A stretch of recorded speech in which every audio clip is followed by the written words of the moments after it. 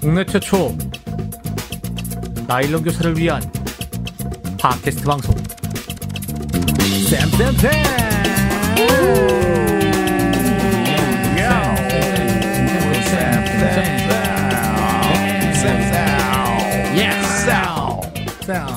반갑습니다.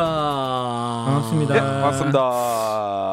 반갑습니다. 아, 이거 진짜 이거 어떡합니까 이거? 전국이 난리입니다. 전국이 난리야. 어떡해요? 아니 뭐 그 코로나 난리 난 거 뭐 하루 이틀 일이가. 뭐 그래 별시럽게 또 그러노. 아닙니다. 서울 분들은 뭐 웃으실 수도 있는데 저희 제주도는 하루 사이에 확진자가 12명이 나왔어요. 12명이. 오, 12명. 세다. 이제까지 그런 적이 없거든요. 아니 그럼 원주민들이야 아니면 관광 온 사람이야? 네, 오신 분들에 의해 가지고 원 주민들도 이제 감염이 된 거죠. 아이고, 그러면 이제 네. 그다음에 원 주민이 서울 갔다 왔다가 또 감염되시고. 아이고, 근데 부산도 지금 이제 난리라 가지고 좀 돌아다니기가 요즘에는 조금 조심스러워. 그건 그렇죠. 사실인 것 같아. 이제 인천, 경기, 서울 요 지역은 3분의 1 교사들 재택근무한다고 그렇게 뉴스도 났고 아마 그러시군요. 시행될 것 같습니다. 예. 야, 근데 재택근무하시면서 이거 뭐 온라인 수업 준비하고 이거 뭐 되시겠어요? 아유, 그러니까요. 힘들지. 예. 그리고 저희는 이제 곧 참. 24일 날 졸업을 해야 되거든요. 근데 이제 학교를 안 교사가 이제 재택근무하면서 졸업식을 해야 되고 이런 좀 어떻게 해야 되나 막막한 상황이죠. 이 졸업식을 너무 안타깝게 온라인 졸업식 하시는 거 아니에요? 그렇죠. 참 장난 아니네요. 좋습니다. 뭐 이렇게 코로나가 창궐하는 가운데 저희 녹음하고 있는데요. 오래간만에 자기소개와 함께 한 말씀 좀 해주시죠. 조은 쌤. 예. 안녕하십니까. 저는 인천에서 3학년 아이들과 함께 좋은 수업을 하려고 노력하고 있는 조은 쌤입니다. 반갑습니다. 예, 우리 나쁜 쌤이요. 반갑습니다. 부산에서 특성화 고등학교에서 열심히 학생들의 미래와 그리고 더 나은 삶을 위해서 지극 교육에 열정을 가지고 최선을 다하고 있는 나쁜 쌤입니다. 반갑습니다. 반갑습니다. 저 멘트는 관리자 멘트인데 관리자 멘트. 관리자 내가 할 수도 있지 내가. 우리 이상한 쌤 한번 소개 좀 부탁드립니다. 네, 저는 아시다시피 제주도에서 하라는 수업은 하지 않고 허구한 날 이상한 짓거리만 하고 있는 이상한 쌤이라고 합니다. 반갑습니다. 아유, 반갑습니다. 네, 저는 요즘에 정말 무서워서 집콕하고 있는데요. 그 와중에도 좀 뛰고 있습니다. 주말에 10km, 주중에는 한 5km씩 한 2번 정도. 이렇게 뛰려고 좀 하고 있고요. 또 주말에 뛰면서 우리 쌤쌤쌤 방송을 다시 또 들으면 딱 시간이 맞아요. 딱 10km 뛰는데 딱 러닝 타임이 딱 이 쌤쌤쌤 타임이에요. 그래서 많은 분들이 좀 그렇게 뛰셨으면 좋겠다. 네, 어쨌든 저희가 이렇게 쓸데없는 소리 하는 사이에도 댓글이 달렸죠? 예, 댓글이 저희는 요즘 유튜브에도 많이 달리더라고요. 그래서 유튜브에 2개나 댓글 달렸습니다. 풍성하죠. 예. 같은 분이 달아주긴 했는데 리슈가님이 달아주셨습니다. 리슈가 선생님이겠죠 아마? 예. 네. 교사 실제감이라는 곡이 방송에서 달아주셨는데 정말 교사 실제감 댓글 많이 달리네요. 그렇죠. 교사 실제감 댓글 많이 달려요. 은근히 많이 달립니다. 네, 은근히. 그러니까요. 정말 유익한 시간이었습니다. 류안나 선생님 감사합니다. 이렇게 달렸습니다. 네. 이름을 바꿨네. 이름을 바꿨네요. 리슈가 선생님, 류한나 선생님이십니다. 이분은. 류한나 선생님이세요. 예, 그리고 참고로 알아주시기 바랍니다. 지난주였나요? 정책 방송. 듣고 나서 팟캐스트를 잘 들었어요. 유튜브는 처음이고요. 김영식 대표님 정책 설명 정말 귀에 쏙쏙 잘 들어왔고요. 정말 공감합니다. 교육에 대한 투자가 절실한데 점점 줄어드네요. 임용고시 철폐투쟁했던 세대였는데 임용고시가 이제 자리 잡고 교사 선발도 줄인다고 하니 현실이 팍팍해짐을 느낍니다. 후배님들 모두 힘내길 바랍니다. 이렇게 선배님이시네. 아마 선배님이시네. 90학번 정도 되시는 것 같아요. 90학번 정도. 91, 92, 뭐 하여튼 임용고사 철폐투쟁하셨던. 참 참. 또 뭐 어디 댓글 있습니까? 그리고 또 우리 또 팟캐스트, 팟빵, 여기에 네네. 우리 또 댓글 잘 다시는 풀필 JS님께서 또 댓글을 달아주셨는데요. 요거는 우리 자산관리 특집, 여기에 대한 네. 댓글인데요. 제가 한번 읽어볼게요. 예. 세액공제가 안 되는 연금형 보험에 가입을 했었다가 자의반 타의반으로 해지를 했습니다. 그 즈음에 IRP 연금형 저축을 해야겠다는 생각을 했었고요. 오늘 방송을 들은 덕분에 조금 더 구체적으로 방향 설정을 할 수 있게 되었네요. 감사해요, 쌤쌤쌤. 이렇게 달아주셨는데요. 예. 우리 자산 관리에 훌륭하시네요. 대해서 아무도 안 네. 달아준다고 그렇게 우리가 또 궁시렁거렸더니 그러니까요. 또 한 번 더 이렇게 달아주셨네. 네네. 예. 다시 한번 말씀드리지만 저희가 요 자산관리 방송을 통해서 돈 걱정 없이 아이들 가르치는 일에만 집중하실 수 있도록 하기 위해서 방송했다는 거 네. 다시 한번 좀 기억해 주시고요. 네. 자, 오늘은 아시다시피 저희가 앞에 짤 방송을 한 날이죠. 우리 책짤, 영화짤, 그리고 어플짤 방송을 하고 그다음에 뒤에 이제 남는 시간에 짜투리 시간에 좋은 쌤의 성자일기가 나오는 그런 편성인데요. 오늘은 청취자 선생님들 아쉽겠지만 아쉬울까? 오늘 소개하는 책, 오늘 소개하는 영화, 오늘 소개하는 어플이 좀 저희가 마지막으로 소개하는 책과 영화와 어플이 되지 않을까 싶습니다. 저는 사실 이거 짤 준비하려고 수백 권의 책을 읽었거든요. 그래서 너무 아쉽습니다. 지금도 해드리고 싶은 책들이 너무 많아요. 너무 아쉽습니다. 아니 입만 열면 뻥이야. 지금 뻥쟁이세요. 아니 지금 제 옆에 수백 권의 책이 쌓여 있어요 지금. 예. 아쉽네요. 네. 아유 참. 뭐 지금 갑자기 무슨 청취자 선생님 어안이 벙벙할 것 같은데, 나쁜 쌤 이거 무슨 얘기죠? 설명 좀 해주시죠. 살짝. 사실은 뭐 저희들이 지금 이제 한 방송을 시작한 지가 2016년도 5월인가요? 그때부터 저희들이 방송을 시작했거든요. 한 4년 반 정도 지금 방송을 했는데 이제는 그만해야 되지 않을까. 이제 떠날 때가 됐다.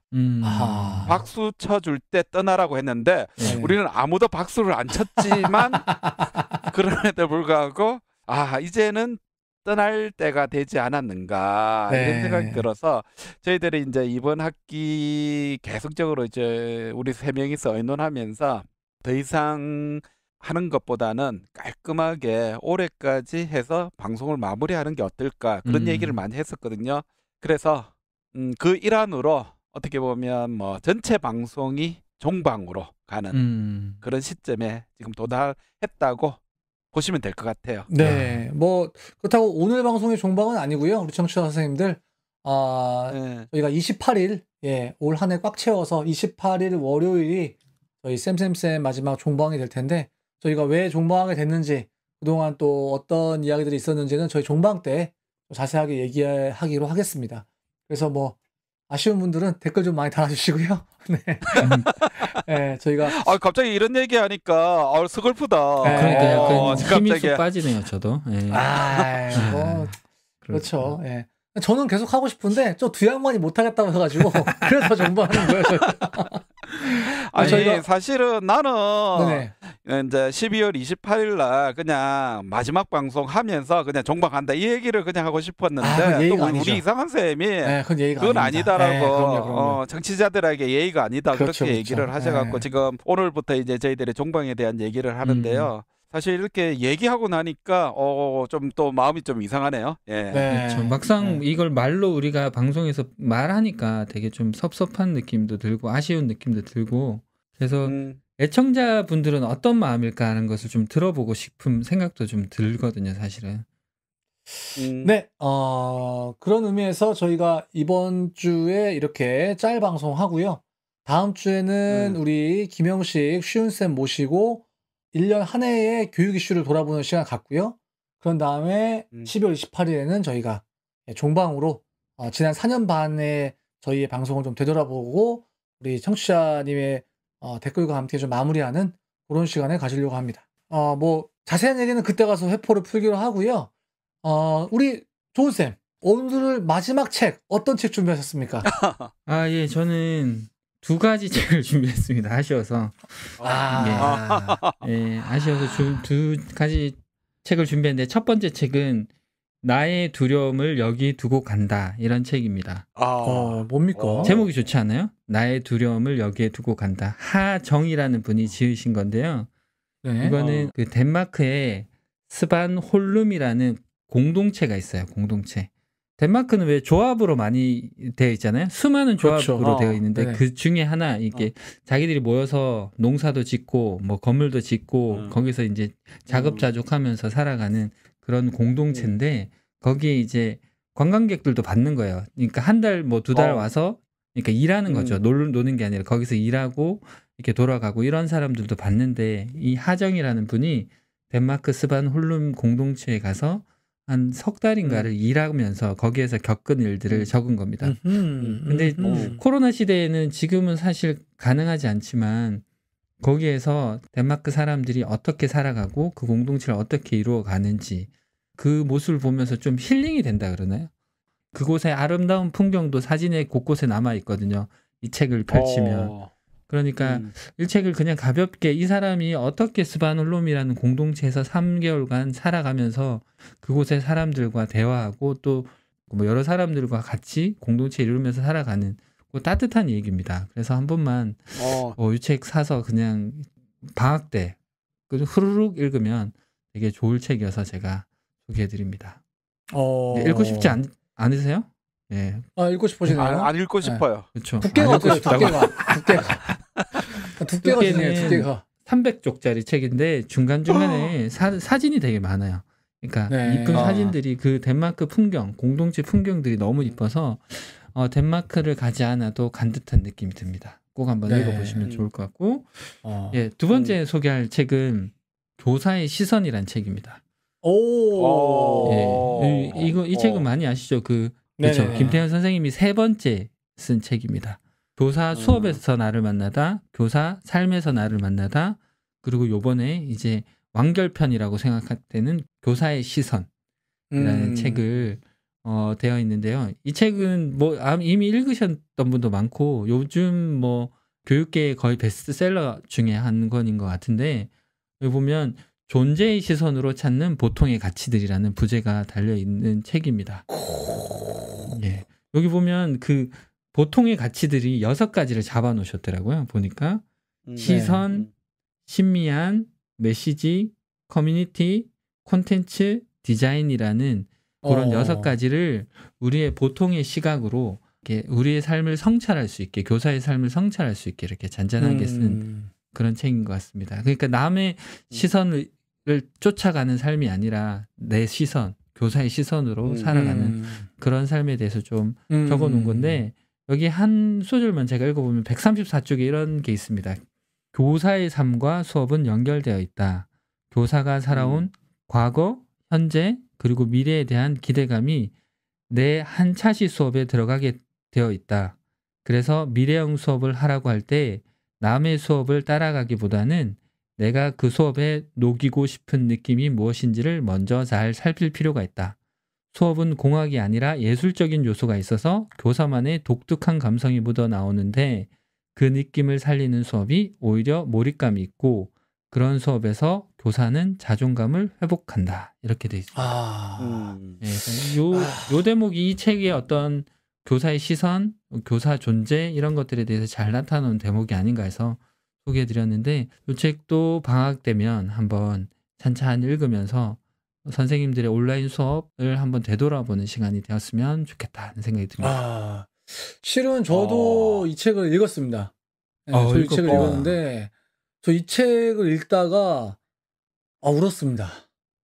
진짜요? 네, 이 책 읽다가 울었습니다. 진짜로. 그렇구나. 특히 악어의 눈물 아니야? 아닙니다. 하품한 거 아니야? 읽으신 분은 알겠지만 저는 여기 그 이야기 중에 깨강정 어머니가 만들어주신 깨강정 그 이야기에서 그냥 울컥해가지고 울었습니다. 궁금하신 분은 꼭 읽어보셨으면 좋겠습니다. 나는 안 궁금하네 갑자기 그렇게 얘기하니까. 난 덴마크는 궁금한데 거기는 진짜 한번 진짜. 사진도 보고 왜냐하면 우리가 옛날에 덴마크 거기서 그 추억이 갑자기 또 떠오르면서 좀 궁금하네요. 저도 나의 두려움은 여기에 두고 간다는 책은 진짜 강추입니다. 진짜. 저는 2개나 준비했잖아요. 책 소개를. 그러니까 나쁜 쌤이 마지막인데 뭐 한 서너 개 준비하신 거 아닙니까? 아이고 참 나 또 자리 나온다. 아이고 영양가 없는 2개보다는 진짜 만나고 재밌고 꼭 필요한 그런 어플 하나가 더 의미가 있는 거지. 오. 기대됩니다. 사실 저는 오늘 어플은요 사실 뭐 교육적인 내용보다는 우리 선생님들의 어떤 지적인 욕구를 조금 채워줄 수 있는 그런 앱 하나를 좀 소개해 드리려고 하는데요. 네. 다들 아시겠지만 요즘 그 뭐 스마트폰 같은 경우에는 전화 받고 문자 넣고 이것만 아니라 진짜 다양한 기능이 있잖아요. 그럼요. 그 다양한 기능을 또 화려하게 만들어주는 것들이 뭐냐면 요즘 핸드폰에는 다 센서들이 많이 달려 있어요. 많죠. 혹시 어떤 센서들이 달려 있는지 두 분은 좀 기억나는 거 있으십니까? 자이로 센서 달려있죠. 자이로. 자이로 센서. 그렇죠. 네. 뭐 좋은 쌤은 그런 거 잘 모르죠. 예, 그런 거 잘 갖다 대면 화면 딱 꺼지는 근접 센서. 그렇죠. 근접 센서. 그리고 뭐 또 요즘에는 이제 주변광 센서라고 해서 밝은 날, 그다음에 어두운 날에 따라서 화면 밝기도 바꿔주고. 그렇죠. 그리고 또 아이폰 같은 경우는 아예 안면 인식 해주는 그런 센서들도 ID. 있고, 페이스 ID. 이런 다양한 센서들이 앱에도 지금 많이 사용되고 있거든요. 그래서 오늘 소개해드릴 것은 아까 전에 이상한 쌤도 얘기해 주셨지만 뭐 자이로 센서하고 가속도 센서를 함께 사용하는 앱입니다. 그래서 뭐 자이로 센서 같은 경우는 다른 말로 뭐 3축 뭐 자이로 센서라고 하는데요. 뭐 우리 학교 다닐 때 많이 들으셨을 거예요. X, Y, Z. 그렇죠. 세 축. 그렇죠. 그래서 뭐 손가락 요거. 3천 손가락 이렇게. 그렇죠. 손가락 요거. 뭐 손가락 이렇게 하면 우리 청취자들은 뭔지 모르고 죄송합니다. X, Y. 그래서 이제 자이로 센서는 뭐냐면요. 물체가 다른 위치를 움직일 때 그 변화의 양을 이제 측정할 수 있도록 해주는 게 바로 자이로 센서거든요. 어렵다. 그리고 진짜 다르다. 그래서 뭐 실제 이 자이로 센서 같은 경우는요. 요즘 가상현실 VR 여기에 관련된 앱에서 정말 많이 쓰이고 있어요. 그리고 또 가속도 센서라고 해서 물체의 가속 변화량을 측정하는 거. 가속도는 다 알죠. 물리에서 배우셨을 테니까. 예, 배우긴 배웠죠. 물체의 이동의 변화량. 이걸 우리 가속도 머리 아파요. 빨리 하는데요. 어플 소개해 주세요. 머리 아파요. 서두가 너무 길다. 이런 자이로 센서, 이런 자이로 센서하고 가속도 센서를 합쳐서 우리는 모션 센서라고 얘기하거든요. 이 모션 센서를 활용한 앱입니다. 아니 뭐 이렇게 어플 소개했더니 물리 수업을 하고 있어. 그래서 제가 그랬잖아요. 앱을 하나 알더라도 우리가 이제 제대로 알아야 된다.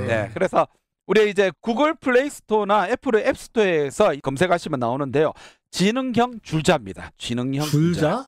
뭐 하는지 대충 감은 오시죠. 뭐 하는 거냐면 거리를 측정하는 앱입니다. 사실 이런 거리를 측정하는 앱 같은 경우는 지금 수없이 많아요. 특히나 뭐 아이폰 같은 경우는 아예 측정이라고 해가지고 있죠. 앱이 있어요. 그런데 있죠. 제가 이렇게 설명해드리는 이제 지능형 줄자 이 앱하고는 근본적인 차이가 있어요. 기본적으로 아이폰에 있는 측정 앱 같은 경우에는요, AR 증강현실을 이용해가지고요, 물체의 천과 끝을 뭐 우리가 뭐 터치를 해서 원하는 길이나 각도를 측정하게 돼요. 이런 식으로 쓰지만 그런데 이 방식에서 문제가 하나 있어요. 뭐냐면 아주 긴 물체라든지 뭐 예를 들어서 뭐 이 벽에서 반대쪽 벽까지 측정하겠다 보면 어떻게 되느냐? 굉장히 어렵고 무엇보다도 측정에 대한 오차가 엄청나요. 근데 이 앱 같은 경우에는 앞서 말씀드렸던 자이로 센서와 그리고 가속도 센서를 이용해 가지고 현재 위치를 기억하고 그 현재 위치의 이동량까지 기억해서 진짜 정확하게 이제 정밀하게 측정이 가능한 부분이 있는 거죠. 한 가지 또 특별한 것은 스마트폰만으로 거리하고 각도를 측정할 수도 있지만 좀 더 다양한 측정을 하고 싶다면 부가 장치를 구매할 수도 있어요. 이게 이제 뭐 한 $300, $299 약간의 이제 부가 장치를 사면 더 많은 측정을 할 수 있는데 사실 우리는 실제로 보면 뭐 거리라든지 각도 정도만 측정해도 충분하기 때문에 뭐 특별히 부가장치를 살 필요까지는 없을 것 같아요. 그러면 이 앱에 대해서 좀 제가 좀 자세하게 좀 설명을 드리면, 우선 이 앱을 다운받으면요, 맨 처음 측정 단위를 선정하게 됐어요. 우리나라는 뭐 미터를 쓰니까 미터를 선택하시면 되고요. 다음으로 앞서 말한 그 부가장치를 사용하느냐 안 하느냐. 근데 뭐 우리 사용하지 않기 때문에 그냥 스마트폰 그대로 선택하시면 되고, 이런 기본적인 선택한 후에 실제 측정에 앞서서 보정 작업을 거치게 되는데, 뭐 자신의 그 휴대폰 크기를 입력하고, 그리고 예를 들어서 휴대폰에다가 케이스를 사용할 경우에는 케이스 크기를 입력하시면 되고요. 그 뒤에 이제 한 6단계 정도의 이제 보정 작업이 일어나는데, 이 보정 작업 같은 경우에는 그냥 화면에서 시키는 대로 그대로 따라하면 돼요. 그 어려운 거 전혀 없고 그냥 따라하시면 되고, 보정 작업이 끝나면 이제 실제 측정이 가능한 화면으로 넘어가게 돼요. 이렇게 측정 화면에서 이제 예를 들어서 뭐 우리가 거리를 측정하고 싶다. 그러면 뭐 이제 핸드폰에다가 이제 측정 시작을 눌리고, 핸드폰은 뭐 좌측 또는 우측 것을 내가 측정하고자 하는 뭐 물체라든지 아니면 벽이라든지 그게 딱 일치를 시켜요. 일정 시간 동안 두게 되면 핸드폰이 알아서 이제 이동하라고 얘기를 해요. 그럼 이동을 해요. 아, 진짜 줄자 대고 쭉 당기는 것처럼 핸드폰을 대고 그냥 맞습니다, 쭉 당기는 거네요? 그렇게 이동을 하면 반대쪽 끝에다가 대는 순간 측정이 완료가 돼요. 오호. 그래서 이 앱 같은 경우는 실제 뭐 제가 벽을 한번 측정을 해봤어요. 네. 우리 집 벽이 그렇게 넓지는 않지만 한 3m 이상 되는 벽을 제가 한번 이거 갖고 해봤어요. 그랬는데 거의 비슷하더라고요. 실제 줄자랑 그거랑 거의 오차가 별로 안 나는 거예요? 네. 그래서 제가 이 정도로 이게 모션 센서의 기능이 좋아졌나? 이렇게 할 정도로 좋더라고요, 보니까. 그래서 이 앱 같은 경우에는 이 앞서 뭐 우리가 기본적으로 쓰는 이제 일반적인 측정 앱보다는 모션 센서를 사용하기 때문에 좀 더 정확한 측정이 가능하고, 무엇보다도 긴 거리, 넓은 구간도 우리 측정이 가능하고, 또 뭐 각도도 가능하고, 이런 특징이 있는데, 단 한 가지, 이제 긴 거리를 측정할 때는 반드시 4초 안에 한 번씩 이제 멈춰줘야 돼요. 그러니까 예를 들어서 내가 이제 한 10m를 재고 싶어요. 그러면 한 4초 정도 움직이고는 가만뒀다가 다시 4초 동안 또 이동해서 가만뒀다. 왜냐하면 이 모션 센서가 계속적으로 연산을 하는데 너무 많은 데이터가 오게 되면 오버플로우가 걸리는 것 같아요. 그래서 4초 만에 한 번씩 측정을 해라, 뭐 이렇게 나오긴 하더라고요. 그래서 이런 것만 주의하시면 내가 원하는 길이 아무리 길어도 측정이 다 가능하다는 거죠.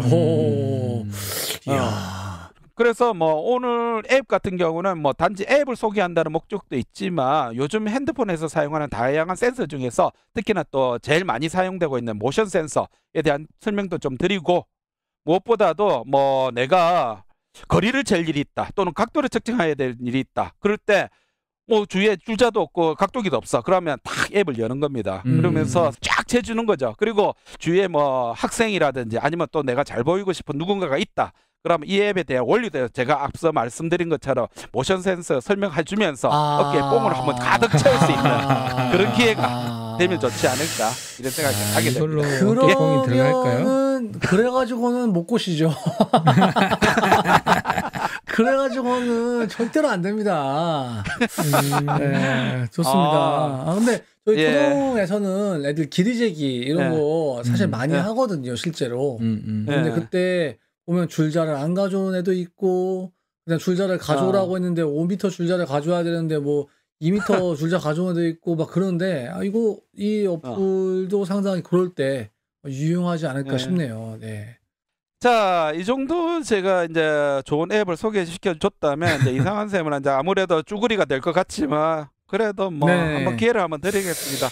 무슨 영화입니까? 제가 그 소개해드릴 오늘의 영화는요, 참 저도 알지 못했던, 많이 알려지지는 않았지만 숨겨진 보석 같은 그런 영화를 하나 발견했습니다. 항상 그랬지 않아요? 항상 보석 같지 않았어요? 아닙니다. 보석 같았지만 나중에 보니까 이게 뭐야, 짝퉁이구나. 꼭 보셨으면 좋겠는데, 이 영화는요, 일본 영화고요. 너는 착한 아이라는 작품입니다. 2012년에 일본의 소설을 이제 원작으로 해서 이제 오미포라는 감독이 2015년에 만든 일본 영화인데요. 그 당시에 오사카에서 발생했던 아동 아사 사건, 아동이 굶어 죽었던 아사 사건을 계기로 집필을 한 그 소설입니다. 그래서 아동 학대를 주제로 한 그런 영화고요. 실제 책에서는 한 5가지 스토리가 나오는데 영화에서는 3가지 에피소드를 이렇게 교차 편집하면서 약간 옴니버스 형식으로 해서 보여주는데, 야, 제가 보고 아니 이런 영화가 있었단 말이야? 제가 깜짝 놀랐습니다. 좋다는 거야? 뭐 안 좋다는 거야? 좋다는 거죠. 영화 속에 나와 있는 그런 메타포도 메타포고요. 또 구성도 너무 훌륭해가지고 깜짝 놀랐고요. 특별히 여기에는 3가지 이야기가 나옵니다. 아까 말씀드렸지만 한 이 초임 남자 초등학교 선생님이 나와요. 초등학교 선생님이 그 반에 이렇게 약간 그 학대를 당하는 그런 학생과의 이 관계, 그 이야기가 나오고요. 그러면서 이 초임 교사가 여러 가지 이제 우여곡절을 겪는 그런 스토리가 나오거든요. 그게 하나가 있고, 또 하나의 스토리는 이제 자폐 아동과 치매에 걸리신 할머니, 자폐 아동과 치매에 걸리신 할머니 사이에 또 그 스토리가 하나가 있고요. 그다음에 마지막으로는 실제로 학대를 경험했던 엄마가 다시 자기 딸을 학대하는 그 스토리, 요 3가지 이야기가 나오는데 너무 이게 리얼해서 굉장히 깜짝 놀랐고요. 특히 아까 3번째 얘기했던 그 아이를 학대하는 엄마 그 이야기는, 와, 도대체 아이를 어떻게 연기 그 연습을 시켰을까? 왜냐면 영화에 나온 장면만으로도 아이가 연기하기에 굉장히 학대당하는 느낌 때문에 이거 하기가 정말 쉽지 않았을 것 같은데 어떻게 했을까 싶을 정도로 좀 리얼했고, 그 다음에 그 초등학교 남자 선생님, 와, 그 초등학교 남자 선생님 보는데, 야, 15년 전 제 모습을 보는 것 같아가지고, 제가. 이거, 영화 보신 분들 다 공감할 거예요, 다. 예, 제 모습을 보는 것 같아가지고, 너무 이렇게 공감이 많이 됐고요. 그리고 또 그 자폐 아이 이야기 같은 경우에, 이 장애 아동을 보는 눈을, 좀 다르게 만드는 그런, 장면들이 굉장히 많이 나왔거든요. 특별히 자폐아 엄마가, 늘상 이제 죄송하다, 미안하다라는 말만 평생 해왔다. 이 말이 참 가슴 아프기도 했고, 같이 이 영화를 봤던 특수 선생님께서 했던 말이 지금도 기억에 남아요. 영화의 한 장면 중에 이 아이가 교실에서 급식을 먹다가 누가 숟가락이나 식판을 땅에 떨어뜨렸나 봐요. 그리고 식판 소리가 크게 나잖아요. 그러니까 이 자폐아는 그 소리에 놀라가지고 교실 밖으로 뛰쳐나가는 거예요. 그러니까 이제 특수반 선생님이 쫓아와가지고 이제 복도에서 이 아이를 붙잡고 아이에게 급식 먹는 사진을 보여주면서, 우리가 지금 무슨 시간이지? 우리 이제 뭐 할 거지? 하면서 이제 걔가 막 지금은 밥 먹는 시간, 막 이렇게 하면서 나는 장면이 나와요. 그때 아까 얘기했던 그 초임 남자 선생님이 자기 교실에서는 눈에 보이지 않는 왕따가 일어나고 있는데 그건 캐치 못하고 복도에서 아이를 붙잡고 이제 씨름하고 있는 그 특수 선생님에게 참 고생 많으시다고 그렇게 얘기하는 장면이 나오거든요.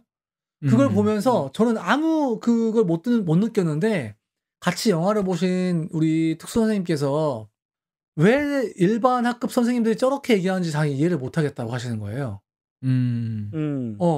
항상 저렇게 얘기한다, 일반 학급 선생님들은. 수고 많으시다고.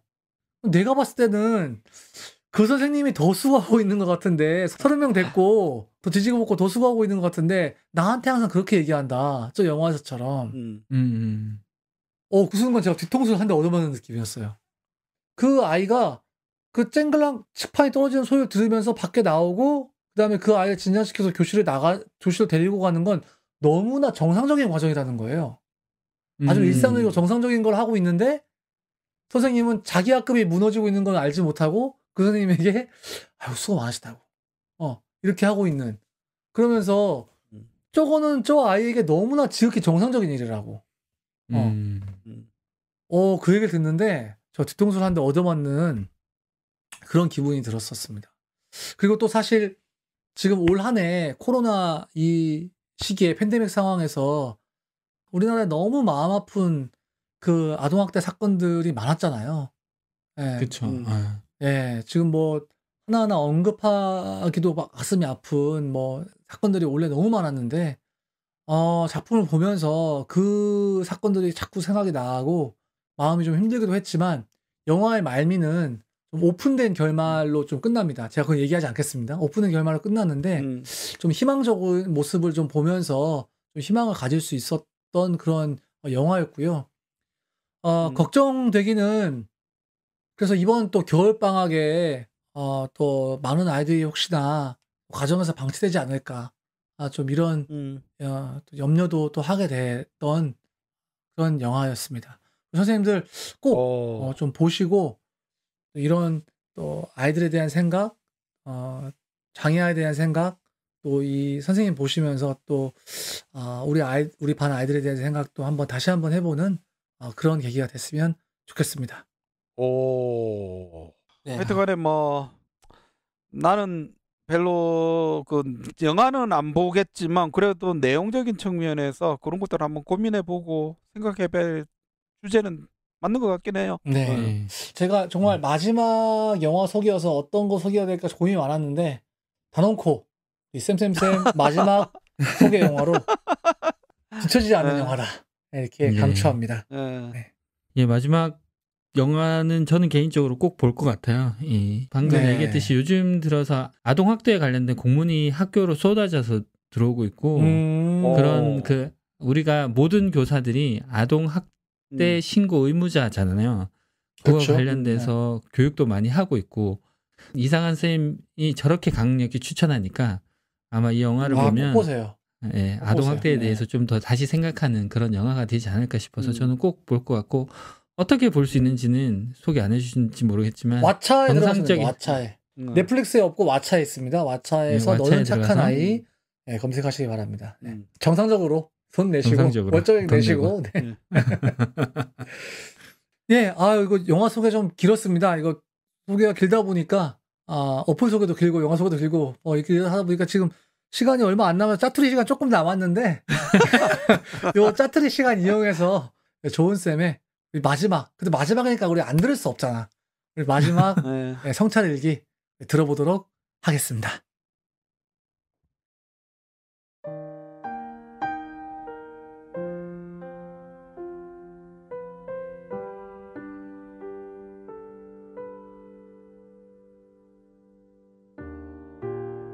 좋은쌤의 수업 성찰 일기.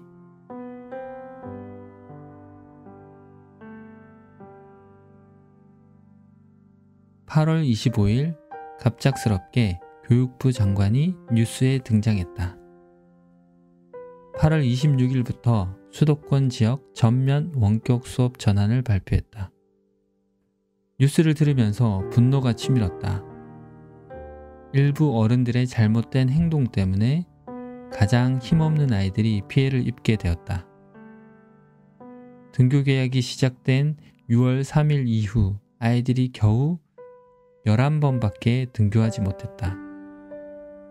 한창 친구들과 선생님의 관계를 통해 배우고 성장해야 하는데 컴퓨터 앞에 앉아서 하루 종일 전자파를 맞으며 수업을 들어야 할 아이들이 눈에 밟혔다. 그리고 미안했다. 이 시대를 살아가는 어른으로서 아이들에게 지금의 모습이 부끄러웠다. 9월 23일 약 한 달 만에 드디어 아이들이 다시 학교에 왔다. 너무너무 반가웠다. 옆반 선생님은 오랜만에 등교할 학생들 생각에 20년 차 교사임에도 불구하고 며칠 전부터 떨린다고 했다. 아마도 아이들이 학교에 왔을 때 무언가를 왕창 쏟아부어야 한다는 부담감 때문일 것이다. 수업, 평가, 다음 일주일 동안 공부할 학습 자료 안내 등 아이들에게 해주고 싶은 것도 많았지만 해야 할 것도 많았다. 교실에 들어서는 아이들의 표정이 미세하지만 상기되어 있었다. 몇 주 동안 화상으로만 보았던 친구들을 오랜만에 보게 되니 어찌 기쁘지 않겠는가. 사회적 거리두기는 사실상 불가능해 보였다. 교실에 들어서자마자 친구들 손을 잡고 깔깔대는 아이, 그동안 하지 못했던 이야기를 쏟아놓느라 삼삼오오 모여 수다 떠는 아이. 교실 앞에 놓여있는 의문의 기계 앞에 진을 치고 앉아서 유심히 관찰하고 있는 아이. 텅 비었던 교실이 아이들의 웃음소리와 떠드는 소리로 가득 찼다. 교실이 살아났다. 이 느낌이 참 좋다. 흥분되어 있는 아이들을 자제시키며 과제를 점검했다. 그리고 그동안 집에서 어떻게 지냈는지, 선생님이 진행하는 국어 수업은 재미있었는지 이런저런 이야기를 나누며 수업을 시작했다. 수업을 하는 내내 아이들은 교실 앞에 놓여있는 의문의 기계에 시선을 빼앗기고 있었다. 그건 바로 사탕 뽑기 기계였다. 집에서 혼자 공부하던 아이들이 학교에 와서라도 잠시나마 즐거움을 누릴 수 있도록 하기 위해서 큰 마음 먹고 장만했다. 학교에 오기 며칠 전 알림장에 사진을 슬쩍 올려놓았다. 한 부모님께서는 아이가 집에 누나한테 우리 반 자랑을 늘어놓으면서 아직 해보지도 않은 사탕 뽑기 기계에 대한 토론을 1시간 동안이나 했다는 이야기를 전해주셨다. 등교 전날 알림장에 과제를 모두 제출하면 사탕 뽑기를 할 수 있는 코인을 줍니다 라고 썼다. 이 한 문장이 아이들에게 강력한 동기부여가 되었을까? 그동안 과제 제출을 잘하지 않던 친구들까지 기꺼이 과제를 해왔다. 이 아이들의 모습이 너무 귀여웠다. 코인 하나를 받아든 아이들은 비장한 표정을 지어 보였다. 각자 자기가 원하는 사탕을 뽑겠노라 의지를 불태우며 친구들끼리 작전을 짜기도 했다. 하지만 여전히 이런 식의 동기부여는 통하지 않는 한 아이가 있었다. 바로 지난번 성찰일기에 등장했던 수진이다. 수진이 가방에는 몇 주 전에 나눠줬던 수학학습지가 그대로 있었다. 지난번 성찰일기의 다짐들이 무색해지는 순간들이다. 수진을 어찌해야 할까? 1교시 수업이 끝나기가 무섭게 아이들이 교실 앞으로 달려나왔다. 매 시간 선착순 5명까지 사탕 뽑기를 할 수 있는 기회를 주었다. 코인을 넣으면 경쾌한 음악 소리와 함께 약 1분 남짓의 시간이 주어졌다. 코인을 넣고 분주히 스틱을 움직였다. 여기저기 탄식 소리가 터져 나왔다. 집게에 걸린 사탕이 무게를 버티지 못하고 떨어져 버렸기 때문이다. 반대로 환호하는 소리도 들렸다. 누구도 예상하지 못한 예지가 여러 개의 사탕을 뽑는 순간 아이들의 입에서 일제히 환호가 터져 나왔다. 예지는 친구들의 부러움을 한몸에 받았다. 자신의 기술을 전수하고자 사탕 뽑기 기계 옆자리를 차지하고 앉아서 훈수를 두기 시작했다. 누구도 예지에게 딴지를 거는 친구가 없었다. 사탕 뽑기의 열기는 좀처럼 식지 않았다. 다음날 국어 원격 수업 시간에 가족 신문 만들기를 했었는데 사탕 뽑기에 대한 이야기가 많이 나왔다. 사탕 뽑기가 아이들에겐 학급에 대한 즐거운 기억이었던 것 같다. 한 친구는 자신이 실수로 과제를 잃어버리는 바람에 사탕 뽑기를 할 수 없어서 너무 아쉬웠다며 다음엔 꼭 코인을 얻겠노라 다짐하는 기사를 쓰기도 했다. 잠시 초등학교 시절로 돌아가보자. 어떤 추억이 기억에 남는가? 그 시절 선생님이 수업 시간에 무엇을 가르쳤는지 아무리 기억해내려 해도 전혀 기억이 나지 않는다. 다만 그 선생님이 우리에게 친절했었는지 아니면 무서웠는지 그런 기억들은 뚜렷하게 기억난다. 6학년 때 우리가 첫 제자였던 선생님을 설득해 비가 내리는 운동장에서 축구를 하면서 옷이 홀딱 젖었던 기억이 떠오른다. 3학년 때 동네에서 뽑기를 만들어 친구들에게 돈을 받고 뽑기를 시켜주다가 친구의 고자질로 선생님에게 혼났던 기억이 아직도 생생하다. 고3 때 수능을 망치고 입시학원에 등록해서 일주일 정도 다니고 있었을 때 학원으로 담임 선생님께서 전화하셔서 추가 합격했으니 빨리 등록하라며 자기 일처럼 기뻐하셨던 기억이 여전히 선명하다. 아이들을 가르치다가 보면 학창시절에 있었던 이런저런 기억들이 문득문득 소환된다.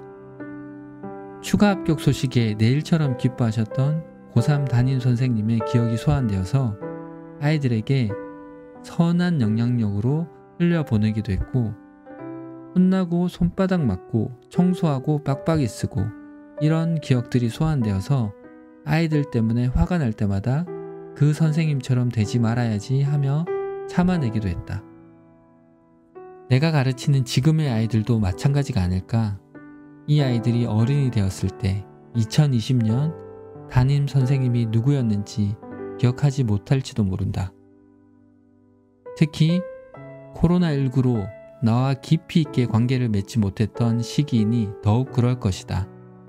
하지만 아이들에게 좋았던 혹은 의미 있었던 시절로 기억되었으면 좋겠다.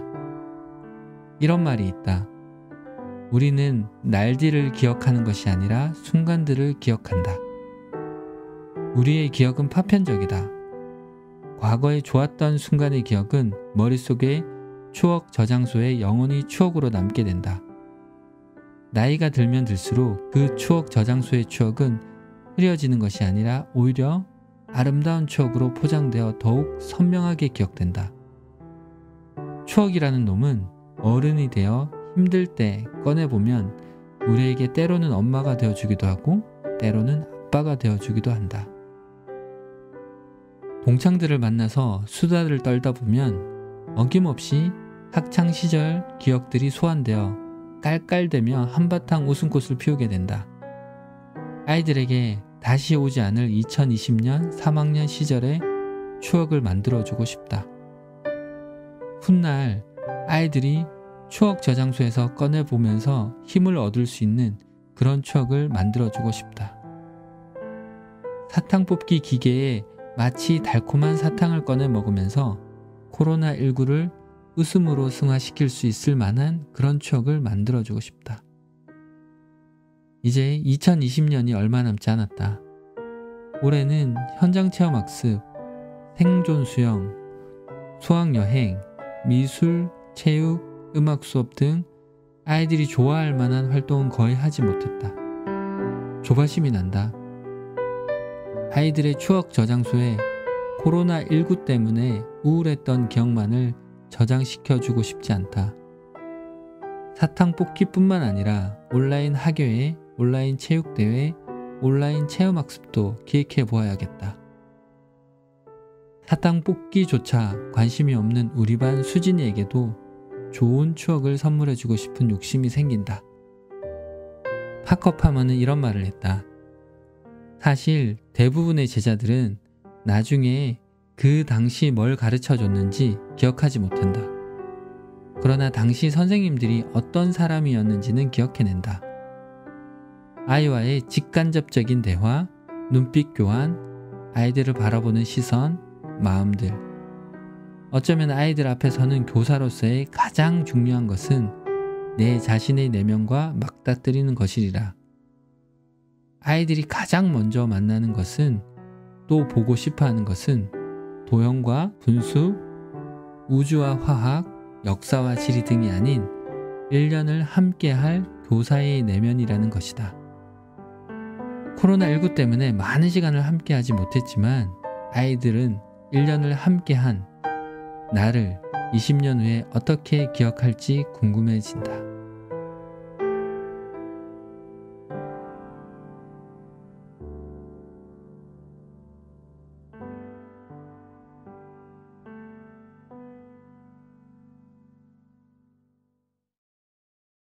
예, 선생님 잘 들으셨나요? 이제 몇 주 안 있으면 2020년이 마감되는데요. 선생님들은 아이들과 이 코로나19 시기에 어떤 추억을 남기셨나요? 예, 온라인 수업하면서, 줌으로 수업하면서 아이들과 스킨십 하지 못했고 많은 대화를 하지 못했지만 선생님 나름대로 아이들과 함께 많은 추억을 남겼으리라 생각합니다. 아무쪼록 한 2주 정도 남은 이 기간 동안에 아이들과 20년의 후에 달콤한 사탕을 꺼내서 추억을 먹듯이 아이들에게 2020년에 좋은 추억을 심어주는 그런 2주가 되었으면 좋겠습니다. 예, 선생님들한테 2가지 성찰 질문을 던지고 마치도록 하겠습니다. 첫 번째 질문은요. 선생님은 올해 아이들과 어떤 추억을 가지고 있나요? 두 번째, 선생님은 올해 아이들과 남은 시간 동안 어떤 추억을 아이들의 추억 저장소에 남겨주고 싶나요? 이상으로 좋은쌤의 성찰 일기였습니다. 감사합니다.